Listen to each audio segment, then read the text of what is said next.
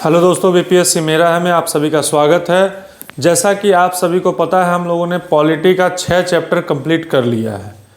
अब बारी है 7वें चैप्टर की और बहुत ही महत्वपूर्ण चैप्टर है आपके कंपटीशन के लिए भी, आपके जानकारी के लिए भी।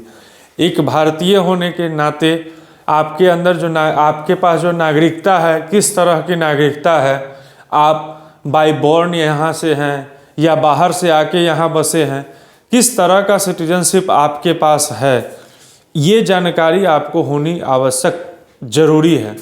साथ ही कंपटीशन में भी यहाँ से क्वेश्चन रहता है, अच्छा क्वेश्चन बनता है, प्री में भी मेंस में भी। तो आइए हम लोग एक नया चैप्टर जो सिटीजनशिप है, जिसको हम लोग नागरिकता कहते हैं हिंदी में, उसको समझते हैं। पहली चीज़, ये पार्ट 2 में हमारे संविधान के अंकित किया गया है। सिटीजनशिप के अंदर में जो आर्टिकल आता है, आर्टिकल 5 से 11 आता है। हर एक आर्टिकल का अलग अलग महत्व है। अभी हम लोग जो आर्टिकल 5 से 11 देखेंगे वो उसका एक बेसिक ब्रीफ कह सकते हैं, जो इंट्रोडक्शन वाला पार्ट होगा, ब्रीफ होगा। कहते हैं ना, न्यूज़ चलने से पहले जो स्टार्टिंग में जो दिखाया जाता है 5 खबरों का सारांश, वो होगा, हाइलाइट्स होगा। अभी जो आर्टिकल हम लोग समझेंगे, उसके बाद चैप्टर जिस तरह से आगे बढ़ेगा, हम लोग एक एक आर्टिकल को अच्छे तरीके से समझेंगे। अभी एक आर्टिकल हमारा क्या कहता है और ये आर्टिकल का क्या मतलब है, बस उतना समझना है। आर्टिकल के बारे में विशेष जानकारी हम लोग आगे देखेंगे। तो आइए समझते हैं चैप्टर 7 सिटीजनशिप क्या कहता है। हमारा सिटीजनशिप कॉन्स्टिट्यूशन के पार्ट 2 में अंकित है। इसमें जो आर्टिकल कवर करता है, आर्टिकल 5 से 11। आर्टिकल 5 हमारा क्या कहता है? Citizenship at the commencement of constitution. संविधान जिस समय हमारे भारत में लागू हुआ, मतलब 26 जनवरी 1950 को जितने लोग भारत में थे या भारत का नागरिकता लेना चाहते थे, 26 जनवरी तक जो भारत के सीमा में जो लोग थे, 26 जनवरी 1950, वो भारतीय हैं संवैधानिक रूप से। ठीक। दूसरा आर्टिकल 6 क्या कहता है? Right of citizenship of certain person who have migrated to India from Pakistan. अब कुछ ऐसे लोग भी थे जो पाकिस्तान से भारत आए, उन लोगों के लिए आर्टिकल 6 में स्पेशल प्रोविजन है सिटीजनशिप का। ठीक। अब आते हैं आर्टिकल 7 हमारा क्या कहता है? Right of citizenship of certain migrants to Pakistan. अब कुछ ऐसे लोग थे जो पाकिस्तान चले गए, लेकिन उनको फिर से भारत आने की ज़रूरत महसूस हुई। उनको हुआ जो नहीं, हमको भारत में ही रहना है, भारत के नागरिकता लेके ही रहना है, भारतीय बन के रहना है। तो उन लोगों के लिए जो प्रोविज़न है हमारा आर्टिकल 7 में है। आर्टिकल 8 क्या कहता है? Right of citizenship of certain person of Indian origin residing outside of India. मतलब हमारा आर्टिकल 8 क्या कहता है?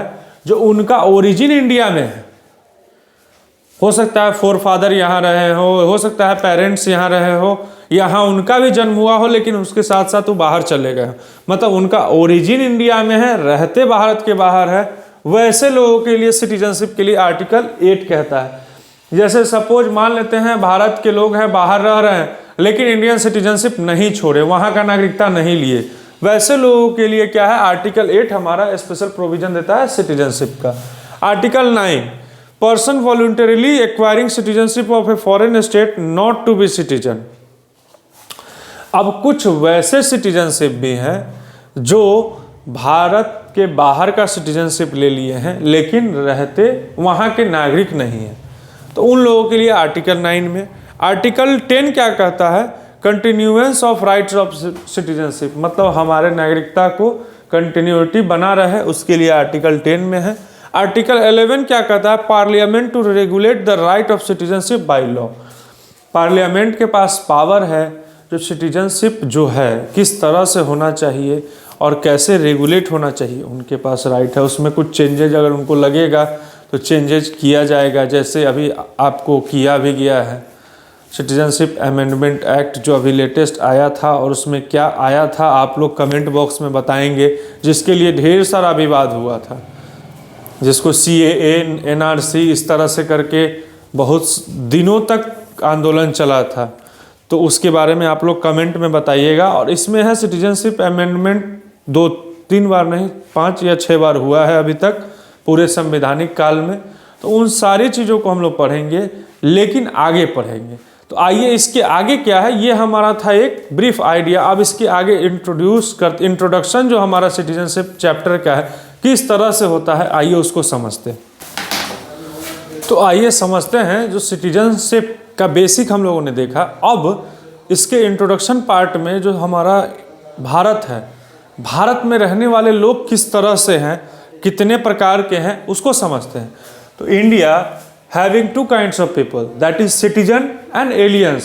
सिटीजन वर्ड से आप समझ रहे होंगे जो यहाँ के नागरिक होंगे। एलियंस हम लोग अमूमन अपने भाषा में भी कहते हैं, अरे लग रहा है दूसरे जगह से आ गया वो एलियंस है। या आप कभी अगर सीरियल टीवी मूवीज़ में एलियंस के बारे में बताएं, मतलब दूसरे जगह से आए हुए लोगों को हम लोग एलियंस कहते हैं। तो ठीक उसी तरह से सिटीजन्स में भी भारत में रहने वाले लोग भी जो है 2 तरह के हैं। एक जो भारतीय मूल के हैं या भारत का कहीं ना कहीं किसी रूप में नागरिकता ग्रहण किए हुए हैं या नागरिक हैं। दूसरे जो भारत के बाहर से आए हुए लोग जो हैं उनको एलियंस कहते हैं। तो आइए हम लोग citizen, full member of Indian state and owe allegiance to it, they enjoy all the civil and political rights. मतलब जो भारत का नागरिक होगा, जो भारत के नागरिक होंगे, उनके पास पूरी तरह से उनके पास सिविल और पॉलिटिकल राइट्स होगा। ठीक। अब एलियंस का मतलब क्या हुआ, the citizen of some other state, यहाँ स्टेट कहने का मतलब कंट्री हो गया, state, and hence do not enjoy all the civil and political rights. अब बाहर से जो लोग आए रहेंगे उनको तो घर में भी प्रवेश हर एक रूम में नहीं ना करने दे सकते हैं आप। सपोज कोई गेस्ट आपके बाहर के आए, आपके घर में आए, तो आप क्या हर एक दरवाज़ा हर एक रूम खोल देंगे उनके लिए आसानी से? नहीं ना।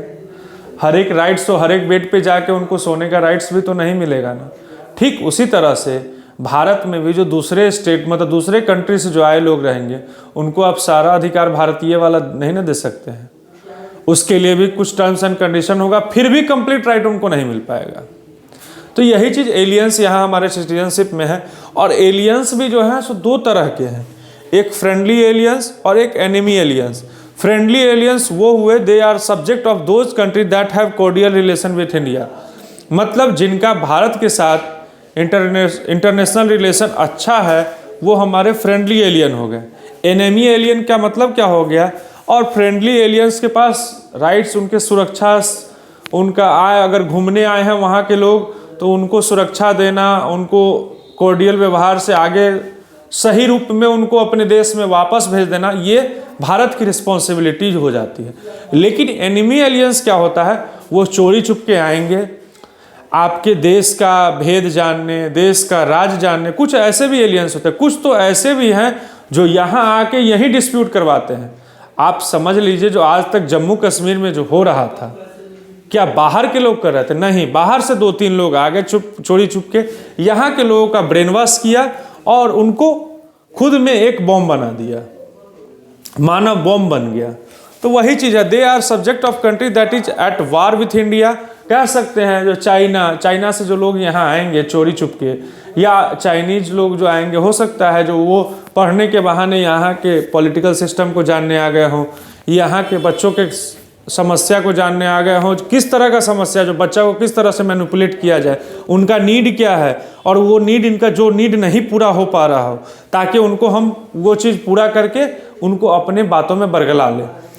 दे have lesser right than friendly aliens. Obviously जो आपका दोस्त होगा उसको ज़्यादा व्यंजन खिलाएंगे ही ना घर पे, और जो दुश्मन है उसको थोड़ी ना बुलाएंगे घर के अंदर। ठीक उसी तरह से सिटीजनशिप में भी यही चीज़ है, जो फ्रेंडली एलियन है उनका व्यवहार, सत्कार, सब कुछ वसुधैव कुटुंबकम वाला होगा। लेकिन जो हमारे यहाँ दुश्मन आएंगे उनका सत्कार उस तरह से नहीं हो सकता है। तो यही चीज़ सिटीजनशिप में है। तो हम लोग सिटीजनशिप में आज क्या क्या देखें, जो भारत में नागरिकता कहाँ अब हमारे संविधान में अंकित है। संविधान में कहा तो पार्ट 2 में आर्टिकल 5 से 11, और भारत में रहने वाले लोग किस तरह से हैं, एलियंस और सिटीजन्स में क्या अंतर है। अब आगे जो हम लोग देखेंगे एक एक आर्टिकल को अच्छे तरीके से देखेंगे, अभी हम लोगों ने ब्रीफ एक इंट्रोडक्शन हो गया सिटीजनशिप चैप्टर का। अब हम लोग आगे एक एक आर्टिकल को समझेंगे। मिलते हैं अगले वीडियो में, तब तक के लिए धन्यवाद। आपका दिन मंगलमय।